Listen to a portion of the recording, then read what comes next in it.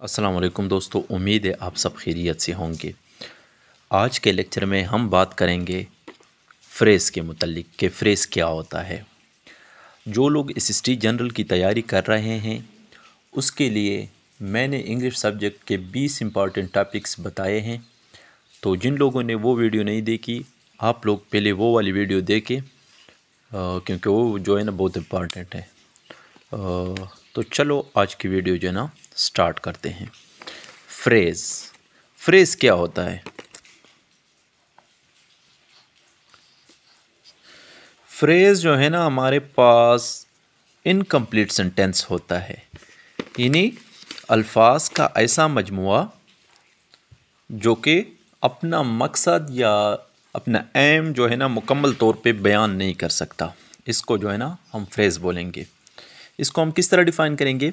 A group of words that is a part of sentence rather than a complete sentence by itself. ठीक है, phrase जो है ना हमारे पास ग्रुप का ऐसा मजमुआ होता है जो कि जुमले का हिस्सा होता है, ना कि खुद एक जुमला होता है। तो ऐसे अल्फाज के मजमूए को जो है ना हम फ्रेज़ बोलेंगे। आप लोग को एक बात जो है ना याद रखनी चाहिए, ये जो है ना आप लोग को नोट करनी चाहिए कि फ्रेज़ जो होता है इसमें सब्जेक्ट और वर्ब नहीं होते। It does not contain subject और वर्ब। ये बात आप लोग को लाजमी याद रखनी चाहिए। फॉर एग्ज़ाम्पल मैं जो है ना आप लोग को एक मिसाल के ज़रिए समझाता हूँ कि for example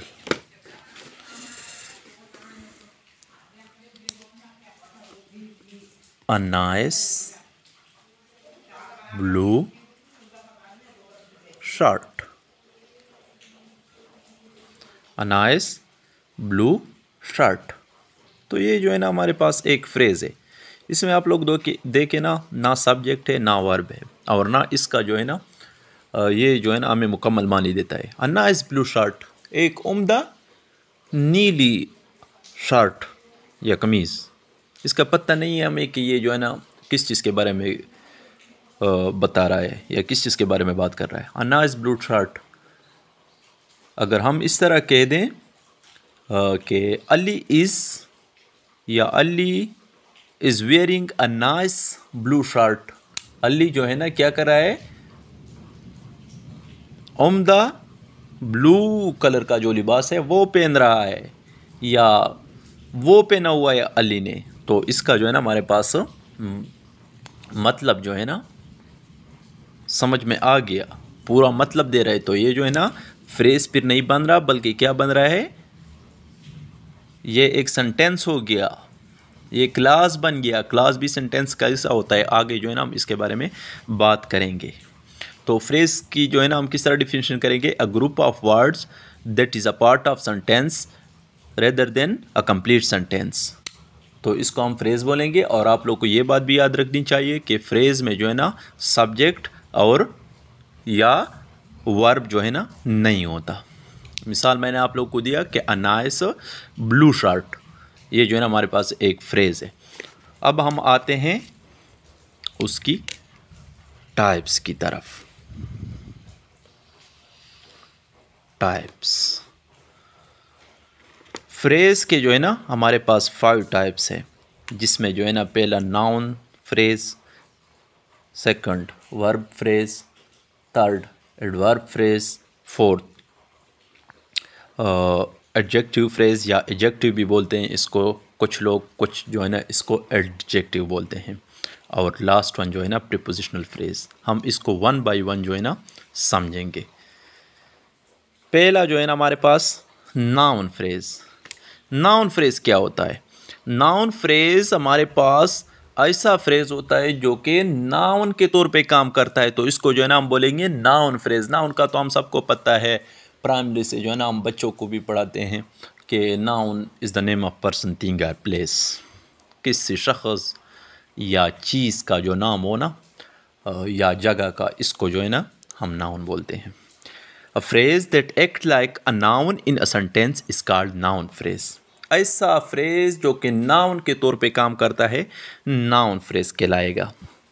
noun phrase usually consist of head, यानी हेड क्या होगा नाउन, और उसके साथ क्या होगा मॉडिफायर। मॉडिफायर और नाउन जो है ना ये जो है ना नाउन फ्रेज में होंगे। मॉडिफायर आगे जो है ना मिसाल के ज़रिए आप लोग को समझाता हूँ।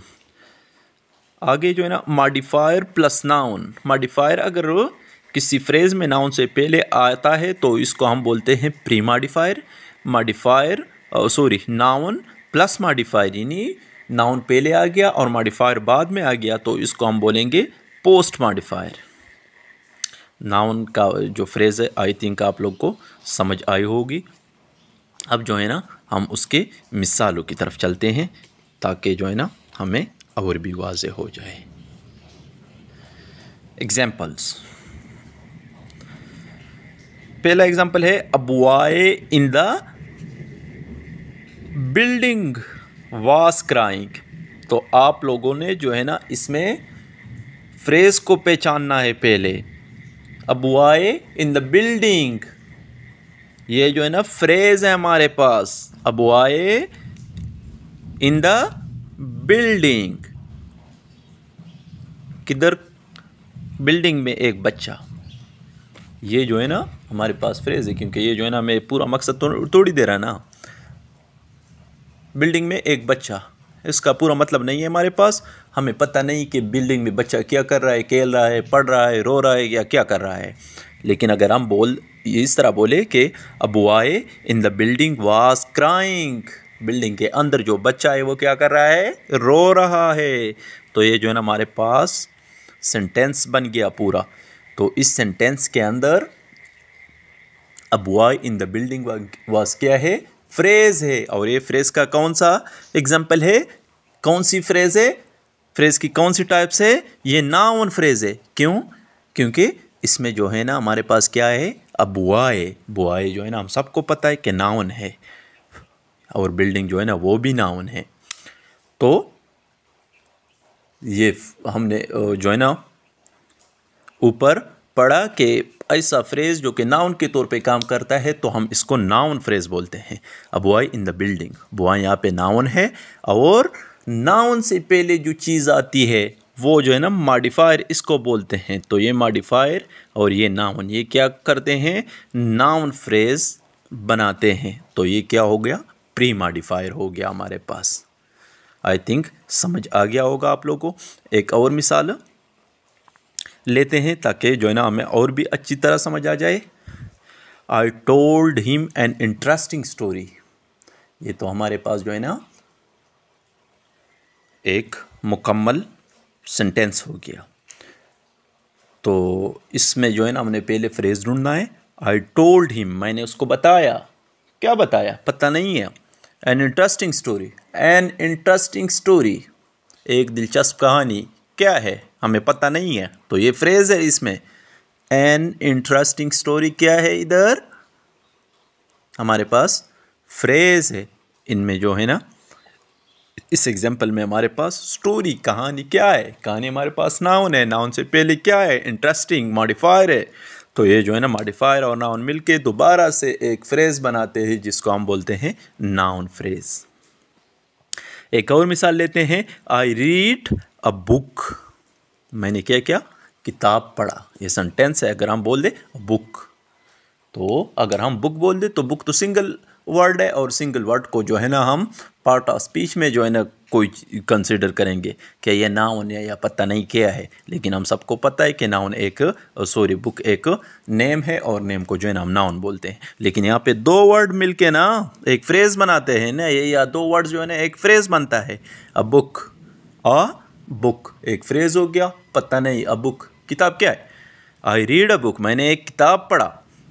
आ मॉडिफायर और बुक जो है ना हम सबको पता है कि नाउन है। तो ये जो है ना क्या करता है, नाउन फ्रेज बनाता है। तो हमारे पास जो है ना नेक्स्ट जो फ्रेज की टाइप है वो है वर्बल फ्रेज या वर्ब फ्रेज। ऐसा फ्रेज जो कि किस चीज़ के तौर पे काम करता है या करेगा, वर्ब के तौर पे जो फ्रेज़ काम करेगा, तो हम इसको बोलेंगे वर्ब फ्रेज़। किस तरह डिफाइन करेंगे इसको हम? A group of words that act like a verb in a sentence. तो इसको हम क्या बोलेंगे? Verbal phrase. अब चाहे वो मेन वर्ब के तौर पे काम करे या हेल्पिंग वर्ब के तौर पे काम करे, तो ये जो जुमला होगा या इस तरह का जो फ्रेज़ होगा, तो हम इसको क्या बोलेंगे? वर्ब फ्रेज़ या वर्बल फ्रेज़।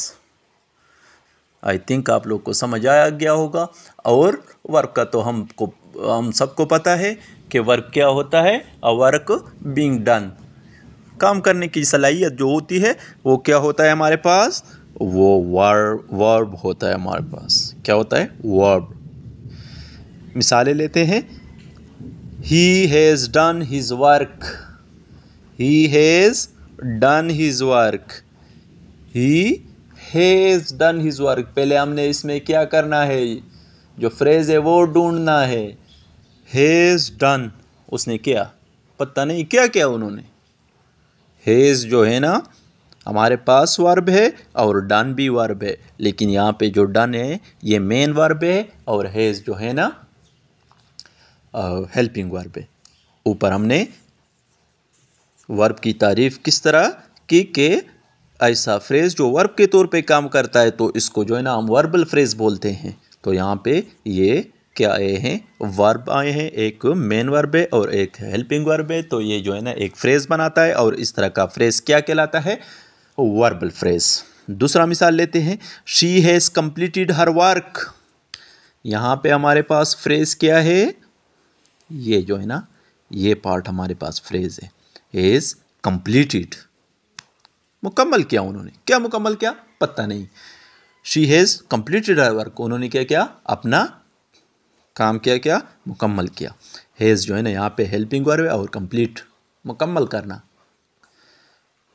मेन वर्ब है। तो ये हेल्पिंग और मेन वर्ब जो है ना क्या बनाते हैं? वर्बल फ्रेज बनाते हैं। नेक्स्ट एग्जांपल लेते हैं। I am reading a newspaper. Am reading, यहाँ पे ये एम और रीडिंग एक फ्रेज बनाते हैं जिसको हम वर्बल फ्रेज ये जो है ना वर्बल फ्रेज बनता है या ये हमारे पास वर्बल फ्रेज आता है। क्यों आता है? क्योंकि एम रीडिंग, रीडिंग, रीड जो है ना मैं क्या कर रहा हूँ? पढ़ रहा हूँ। पढ़ना एक काम है और काम को हम वर्ब बोलते हैं। तो एम रीडिंग ये जो है ना वर्बल फ्रेज है। क्यों? यहाँ पे एम हेल्पिंग वर्ब है और रीडिंग मेन वर्ब है और जो फ्रेज वर्ब के तौर पे काम करता है। तो ये जो है ना हमारे पास वर्बल फ्रेज है। आई थिंक आप लोगों को समझ आ गया होगा आज का लेक्चर। तो आज के लेक्चर में हमारे पास किस तरह के MCQs आ सकते हैं टेस्ट में? पहले तो हमारे पास ये एक MCQs है, it does not contain subject और वर्ब।